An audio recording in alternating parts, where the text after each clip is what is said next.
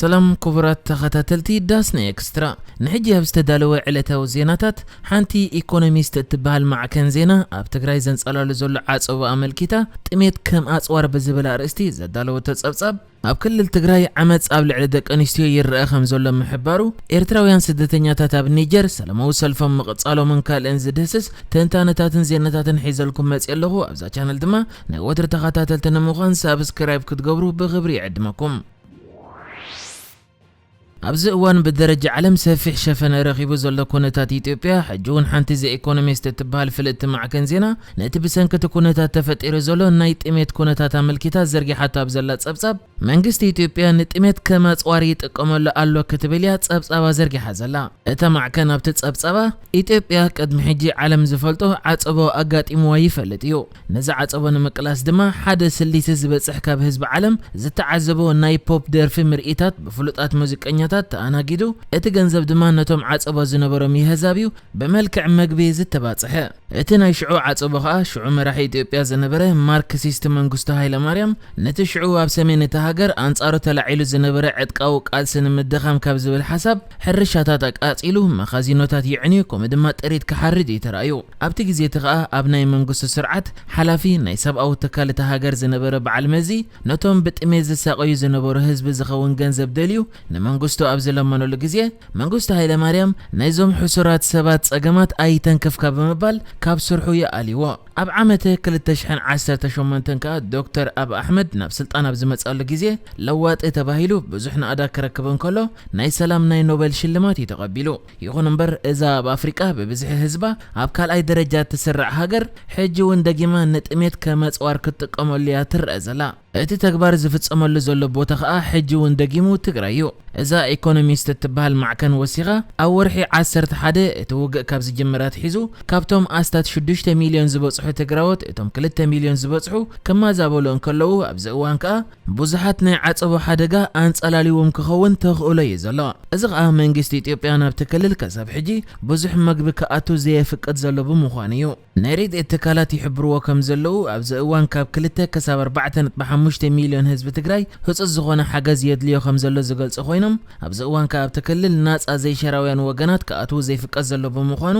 እቲ ቁጽሪ ብልክዕ ክፍለጥ ኣይክእልን እዩ ናብዚ ክልል ክሳብ ሕጂ ኣትዮም ዘለዉ ውሕዳት ጋዜጠኛታት ከኣ ዓሌት ተኮር ዝገበረ ቅትለት ያምላዊ ዓመፅ ከምኡ ድማ ጥሜት ከም ዘሎ ከም ዝዛረቡ ያዛ ማዕከን ገሊጻ እታ ማዕከን ብተወሳኺ ኣብዚ እዋን ናይ ረድኤት ትካላት ንትግራይ ዝውዕል ብዙሕ መግቢ ድልው ገይሮም ከም ዘለዉ ንኣዋርሕ ከኣ ናብቲ ክልል ከኣትዉ ክሓቱ ከም ዝጸንሑ ሓቢራ ትርከብ ሓላፊ ሰብኣዊ ሓገዛት ውድብ ሕብራት ሃገራት ዝኾነ ማርክ ሎውኮክ ኣብዚ ሃቦ መግለጺ ኣብዚ እዋን ኣስታት 450 ቶን ዝበጽሕ ረድኤት ናብ ትግራይ ንምእታው ይፍተን ከም ዘሎ ኣብ ገለ እዋን ብፌደራል ወገን ፍቓድ ኣብ ዝውሃበካ ግዜ ኣብ መንገዲ ብናይ ክልል መንግስቲ ትዕገት ወይ ድማ ብወተሃደራት ፌደራል መሻርክቶምን ትዕገት ክብል ተዛሪቡ ኣብዚ ሕጂ እዋን እሙናት ጸብጻባት ከም ዝሕብርዎ ሕርሻታት ተቓጺሉ ከምኡ ድማ ጥሬት ተቐቲለን ይበሃል በምህላው እዚ ሓቂ እንድሕር ኮይኑ ነቶም ተግበርቱ ከምኡ ድማ ነቲ ተግባር ክፍጸም ዝእዝዙ ወገናት ብናይ ኩናት ገበነኛታት ክበሃሉ ይኽእሉ እዮም ክትብል ያዛ ማዕከን ገሊጻ ዘላ ኣብ መወዳእታ ኸ ማዕከን ከም ዝሓበረቶ ቀዳማይ ሚኒስተር ኢትዮጵያ ዶክተር ኣብ ኣሕመድ ወተሃደራቱ ሰብኣዊ ሕግታት የኽብሩ ከም ዘለዉ ከምኡ ድማ እቲ ውግእ ሓድሕድ ዘይኮነ ተራ ናይ ፖሊስ ስርሒት ከም ዝኾነ ሰራሕተኛታት ረድኤት ከኣትዉ ዘይፍቀደሉ ዘሎ ምኽንያት ከኣ ንድሕነቶም እዩ ከም ዝብል እያ ገሊጻ እዚ ይኹን እምበር እዛ ማዕከን ገሊጻቶ ከም ዘላ ነቲ መንግስቲ ኢትዮጵያ ዘውፅኦ ዘሎ ቃላት ውሕዳት ጥራይ ከም ዝኣምንዎ ኣብዚ እዋን ከኣ ናይ ኤርትራ ወተሃደራትን ናይ ኣምሓራ ምልሻታትን ነቲ ግጭት ተጸንቢሮሞ ዘለዉ ብምዃኖም እቲ ኩነታት ካብ ምቁጽጻር መንግስቲ ወጻኢ ከይዱ ከይከውን ስግኣት ከም ዘሎ ሓቢራያ ኣሜሪካ ይኹን ሕብረት ኤውሮጳ ወይ ድማ ብሪጣንያ ወይ ከኣ ባንኪ ዓለም ክወስድዎ ኣለዎም ዝበለቶም ስጉምታት ከም ምኽሪ ኣቕሪባ ትርከብ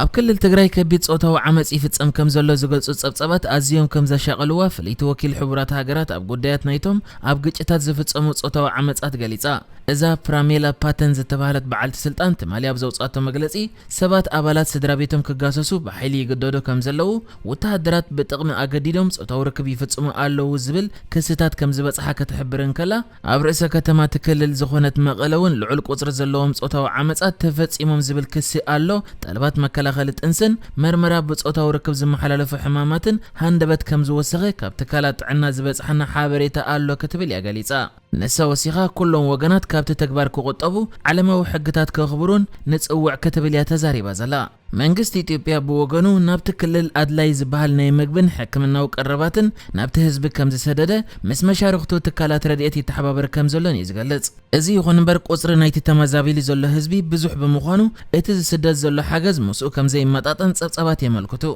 ትካላት ረድኤት በወገኖም ብዘይ ገደብ ናብት ክልል ከኣትዉ ከም ዘይክእሉ ዝዛረቡ ኮይኖም እታ ፍሊት ወኪል ኣብ መግለጺያ በተወሳኺ ኣብ ሓያሎ ማዓስከራት ስደተኛታት ኣብ ልዕሊ ደቂ ኣንስትዮ ጾታዊ ዓመጻት ይፍጸም ከም ዘሎ ዝገልጹ ጸብጸባት እንዳ ወሰኹ ይኸዶ ኣለው ክትብል ያ ተዛሪባ ከምዚ ዝከር ኩነታት ናይቶም ኣብ 4 ማዓስከራት ስደተኛታት ዘለው ኣስታት 100,000 ዝበጽሑ ኤርትራውያን ካብ ሓለዋ ውድብ ሕብረት ሃገራት ወጻኢ ንሓደጋ ከም ዝተቃልዑ ዝፍለጥ ኮይኑ ብፍሉይ ድማ ኣብ ማዓስከራት ሽመልባን ሕንጻጽን መንግስቲ ኢትዮጵያ ናብተን ማዓስከራት ንምብጻሕ ፍቃድ ዘይህብ ዘሎ ብምዃኑ ሕጂ እውን ኩነታት ነቶም ስደተኛታት ብልክዕ ኣይተፈልጠን እዩ ዘሎ